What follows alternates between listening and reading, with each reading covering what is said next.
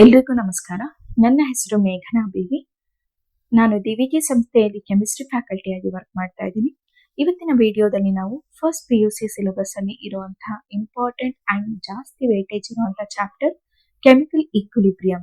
ಈ particular chapter ಇಂದ ಹೇಗೆ characteristics of equilibrium physical process ಅಲ್ಲಿ ಎಕ್ಸಿಸ್ಟ್ ಆಗುತ್ತೆ ಅಥವಾ ಫಿಸಿಕಲ್ ಪ್ರೋಸೆಸ್ ಅಲ್ಲಿ ಇರುವಂತಹ ಕ್ಯಾರೆಕ್ಟರಿಸ್ಟಿಕ್ಸ್ ಏನೇನು ಅನ್ನೋದನ್ನ ಒಂದೊಂದೇ ನೋಡ್ತಾ ಹೋಗೋಣ. So first one, so characteristics of equilibrium ಅಂತ ಬಂದಾಗ first point we have to remember, so this chemical equilibrium is dynamic. So it is dynamic. So dynamic ಅಂತ ಅಂದ್ರೆ opposing process ಎರಡೂನು ನಮಗೆ ಸೇಮ್ ರೇಟ್ ಅಲ್ಲಿ ನಡೆಯುತ್ತೆ. Opposing process will takes place at same rate. Opposing processes ಎರಡೂ ಅಷ್ಟೇ ನಮಗೆ same rate ಅಲ್ಲಿ ಅಥವಾ ಸೇಮ್ ಸ್ಪೀಡ್ ಅಲ್ಲಿ ನಡೆಯುತ್ತೆ. ಸೇಮ್ ರೇಟ್ ಅಲ್ಲಿ ಅಥವಾ ಸೇಮ್ ಸ್ಪೀಡ್ ಅಲ್ಲಿ ನಡೆಯುತ್ತೆ ಅಪೋಸಿಂಗ್ ಪ್ರೋಸೆಸ್ ಅಂದ್ರೆ ಅರ್ಥ ಏನಂದ್ರೆ rate of forward reaction will be equal to rate of backward reaction. Backward reaction ಮತ್ತೆ ಫಾರ್ವರ್ಡ್ ರಿಯಾಕ್ಷನ್ ಒಂದೇ ರೀತಿಯ ಸ್ಪೀಡ್ ಅಲ್ಲಿ ನಡೆಯೋದ್ರಿಂದ ನಾವು ಈ ಈಕ್ವಿಲಿಬ್ರಿಯಂ ನ ಡೈನಮಿಕ್ ಅಂತ ಹೇಳ್ತೀವಿ. So that's why it is known as dynamic chemical equilibrium. First point.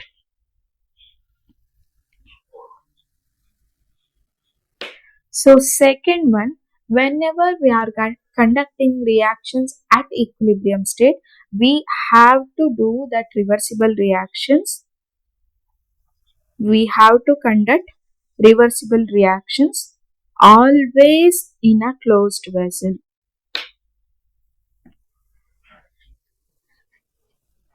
Closed, insulated or isolated vessel.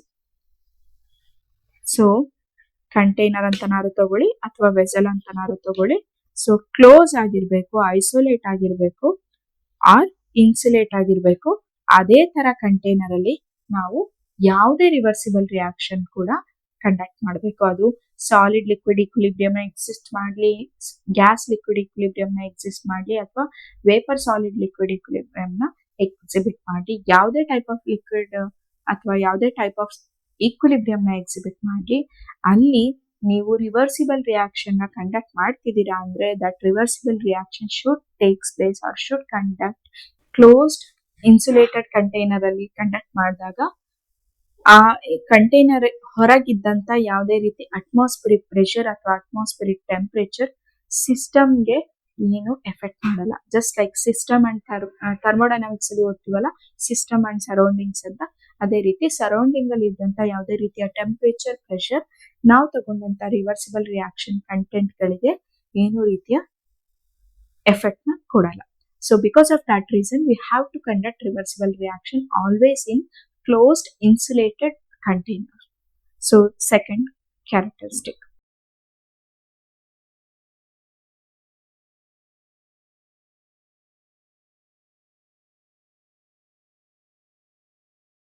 So third one, we have to conduct this particular equilibrium or chemical equilibrium always in a closed container, and this will be characterized by, and this is characterized by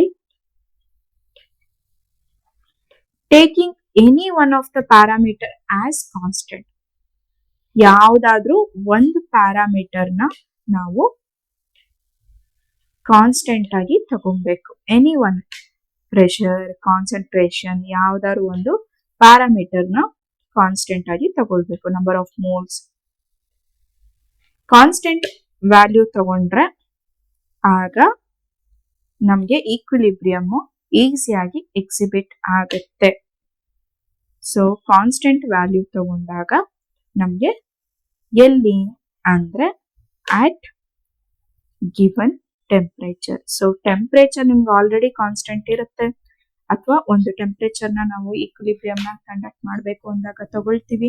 ಆ particular temperature ಅಲ್ಲಿ ಬೇರೆ ಯಾವ್ದಾದ್ರು ಒಂದು parameter ನ concentration, number of particles, number of moles, pressure, ಯಾವುದೇ ರೀತಿಯ parameter ಆಗಿರ್ಬೋದು, solubility, ಇವುಗಳಲ್ಲಿ ಯಾವ್ದಾದ್ರು ಒಂದು ಪ್ಯಾರಾಮೀಟರ್ನ ಕಾನ್ಸ್ಟೆಂಟ್ ವ್ಯಾಲ್ಯೂ ಆಗಿ through out the reaction maintain ಮಾಡಿದ್ರೆ ಆಗ ಈಕ್ವಿಲಿಬ್ರಿಯಂನ ಈಸಿಯಾಗಿ ನಾವು ಎಕ್ಸಿಸ್ಟ್ ಮಾಡಿಸ್ಬೋದು.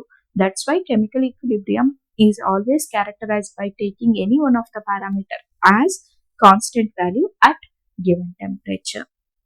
So this is the third characteristic property.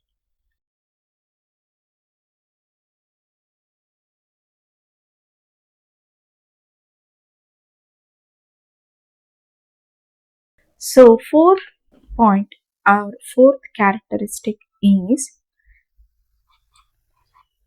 magnitude of the constituents or contents, magnitude of the particles or constituents or content, ಯಾವ ತರನಾದ್ರೂ ತಗೊಳ್ಳಿ, at any stage, ಯಾವುದೇ stage ಅಲ್ಲಾದ್ರೂ ಆಗಿರ್ಬೋದು,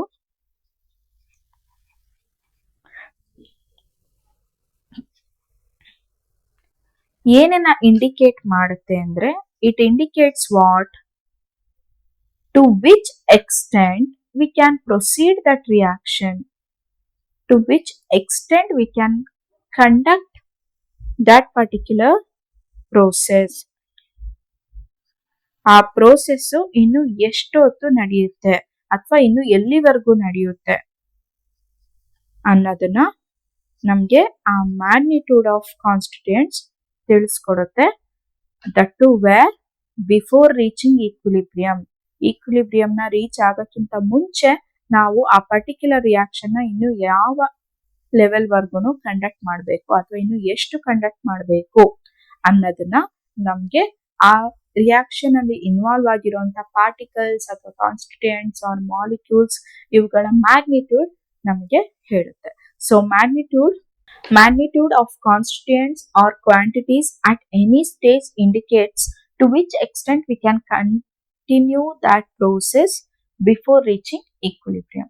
so ಆ ಮ್ಯಾಗ್ನಿಟ್ಯೂಡ್ ಇಂದ ನಮ್ಗೆ ಗೊತ್ತಾಗುತ್ತೆ ಇನ್ನು ಎಷ್ಟು ಹೊತ್ತು ಬೇಕಾಗುತ್ತೆ ಅಥವಾ ಇನ್ನು ಯಾವ ಲೆವೆಲ್ ವರ್ಗೂ ನಾವು ರಿಯಾಕ್ಷನ್ ಪ್ರೊಸೀಡ್ ಮಾಡಬೇಕು ಈಕ್ವಿಲಿಬ್ರಿಯಂನ ರೀಚ್ ಆಗಕ್ಕೆ ಅನ್ನೋದನ್ನ. So this is the most important characteristic of chemical equilibrium in physical process. Thank you.